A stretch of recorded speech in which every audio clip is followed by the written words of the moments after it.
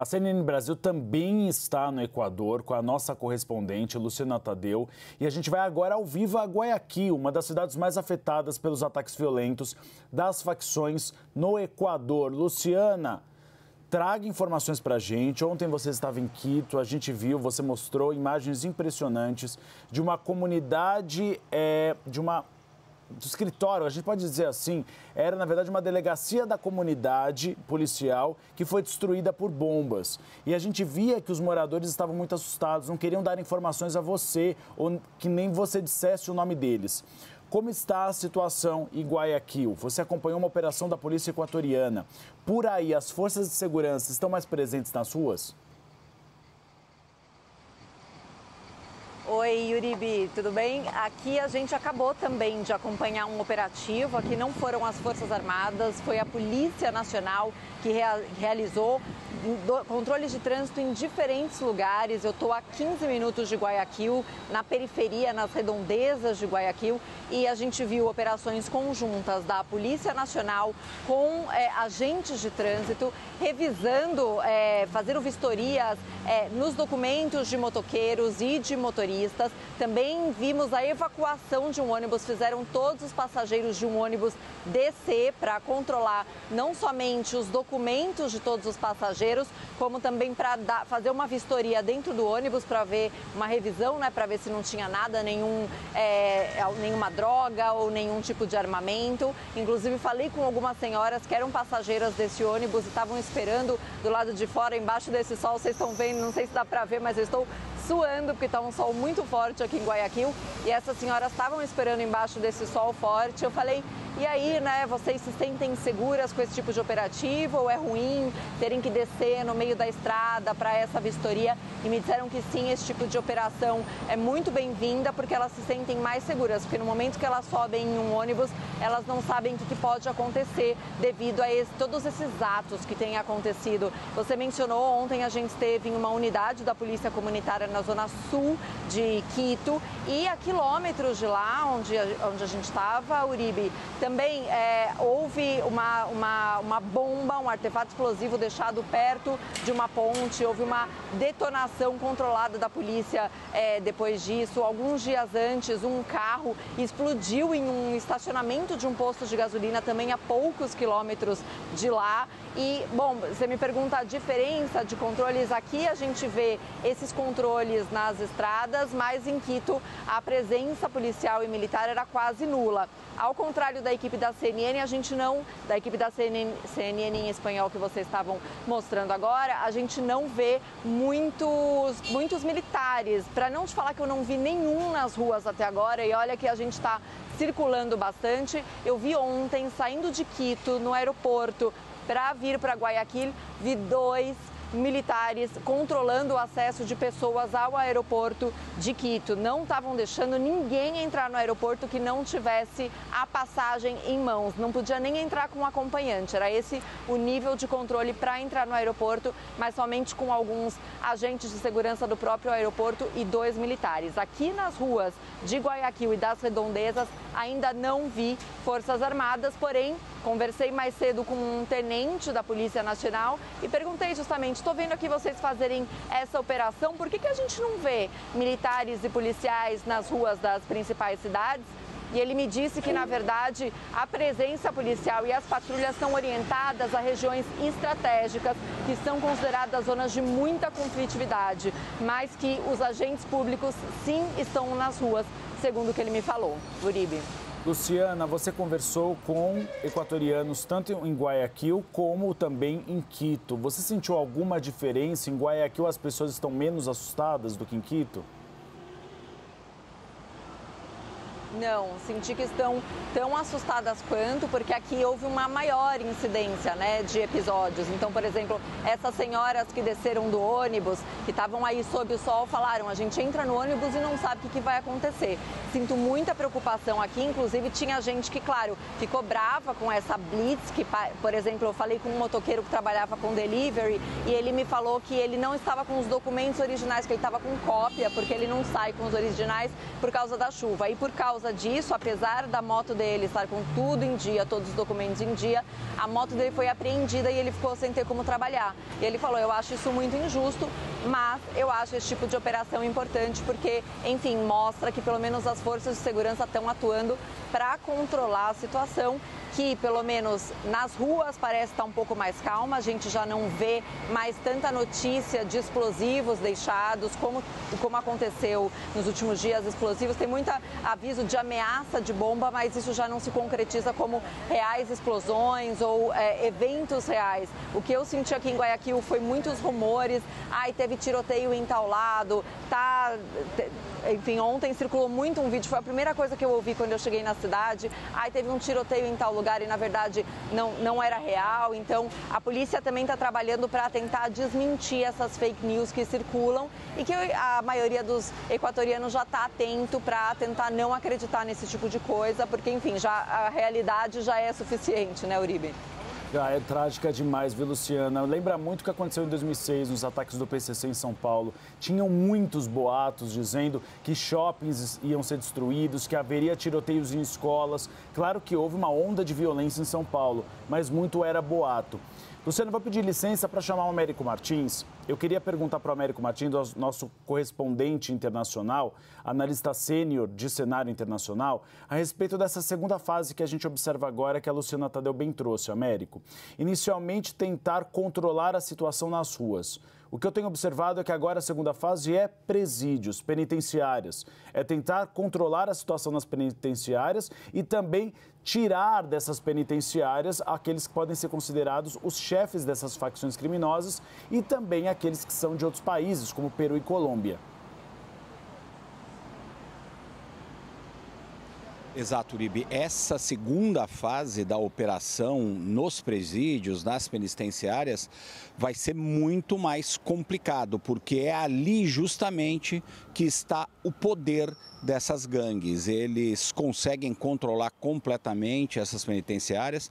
A informação que a gente tem de momento é que aquelas 5 penitenciárias que tinham presos amotinados continuam no mesmo estado e nós temos um número ainda maior de agentes penitenciários e agentes administrativos que estão como reféns desses criminosos dentro das penitenciárias. São agora 178 pessoas que estão como reféns. Então o governo precisa agir com muita cautela para tentar manter, obviamente, a integridade física, a vida dessas pessoas, mas inevitavelmente essa vai ser uma parte da operação, uma parte delicada.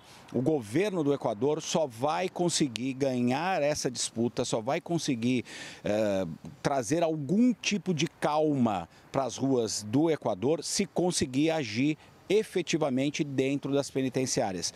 O presidente Daniel Noboa já disse que quer construir novas penitenciárias de segurança máxima, quer seguir o exemplo de El Salvador, onde o presidente Bukele adotou uma linha duríssima contra o crime, inclusive na visão de muitas ONGs e outras organizações, desrespeitando de forma massiva os direitos humanos, gente sendo presa com alegações muito básicas e um encarceramento em massa da população. Isso poderia ser uma solução para a questão das penitenciárias que estão controladas pelas gangues no Equador, mas demora muito tempo para você construir outras penitenciárias. Vai ter que ser lidado com um problema de fato neste momento. As cadeias nas mãos dos criminosos, sendo controladas por eles, isso vai ser um ponto muito importante e muito delicado. Uribe, eu também queria concluir aqui dizendo que me chamou muito a atenção o relato da correspondente da CNN espanhol e também da Luciana Tadeu, que está fazendo uma excelente cobertura lá no Equador, sobre o apoio popular. As pessoas aí praticamente aplaudindo os militares e as forças policiais, dizendo que, apesar de eventuais transtornos por conta da segurança, que eles apoiam esse movimento. Isso é um sinal importante para o governo. E o governo também tem que começar a ter ações enérgicas e ganhar aí essa batalha, inclusive na mídia. Então, me parece positivo pelo que eu ouvi das duas correspondentes que estão lá, Uribe. Eu queria aprofundar esse assunto com a Luciana Tadeu. Pelo que você tem observado, Luciana, tanto em Quito como em Guayaquil, onde você está agora, a população tem avaliado, então, que Daniel Noboa tem adotado uma postura eficiente em relação a essa onda de violência?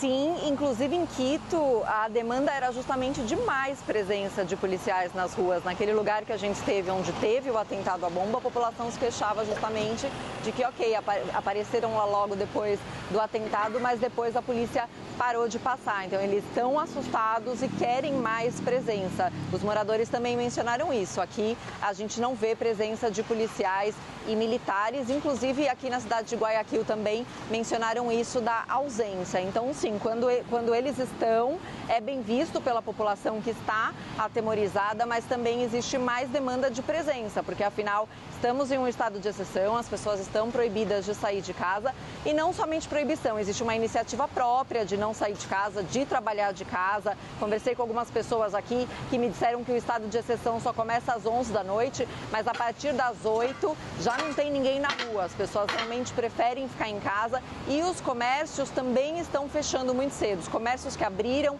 hoje mais cedo eu falei com uma representante da Câmara de Comércio de Guayaquil que me falou que somente 50% dos comércios estão abertos hoje, que é um dia em que a gente sente que a cidade já está tentando voltar para uma normalidade. Atrás de mim, vocês conseguem ver movimento de carro, a gente vê mais pessoas nas ruas, mas ela me disse que só 50% do comércio está aberto. E uma das medidas do presidente Noboa para lidar com essa crise de segurança é tentar aumentar a arrecadação. Ele anunciou um projeto de lei em que pede que o IVA, que é o Imposto de Valor Agregado sobre os produtos, aumente para 15%. E hoje, em declarações à imprensa, aí onde eu estava nesse momento, o presidente da Câmara de Comércio de Guayaquil, ele se mostrou, digamos, cauteloso sobre essa medida, porque ao mesmo tempo que a falta de segurança, que essa crise tem impactado no comércio, como a própria assessora dele me disse, que 50% só dos comércios estão abertos,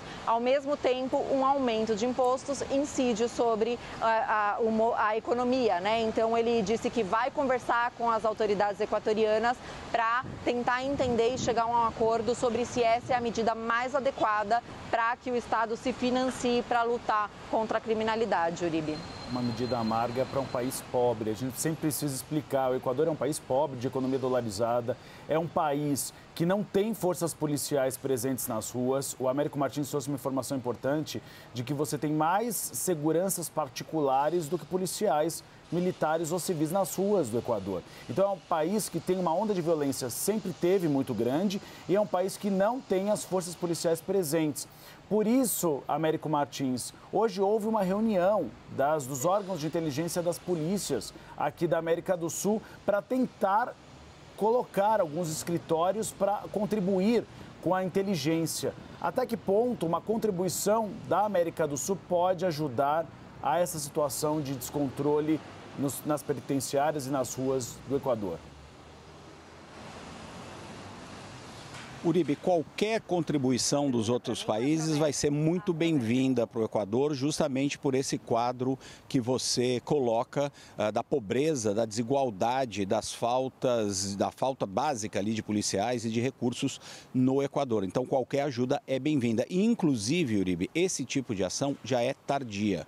Esse tipo de coordenação entre as autoridades, entre as polícias, entre as forças armadas, entre os governos na América do Sul, deveria já ter acontecido há muito tempo, porque nós estamos falando de crimes transnacionais, nós estamos falando de grandes, poderosas organizações criminosas de outros países que estão atuando agora na América do Sul também. Então, e você vê também uma aliança entre essas facções, as facções brasileiras se aliando a algumas facções colombianas, os cartéis muito poderosos, muito violentos, muito bem armados do México se envolvendo cada vez mais na questão da produção e também do tráfico mesmo, das linhas de tráfico na América do Sul. Então, essa coordenação é fundamental e é importante.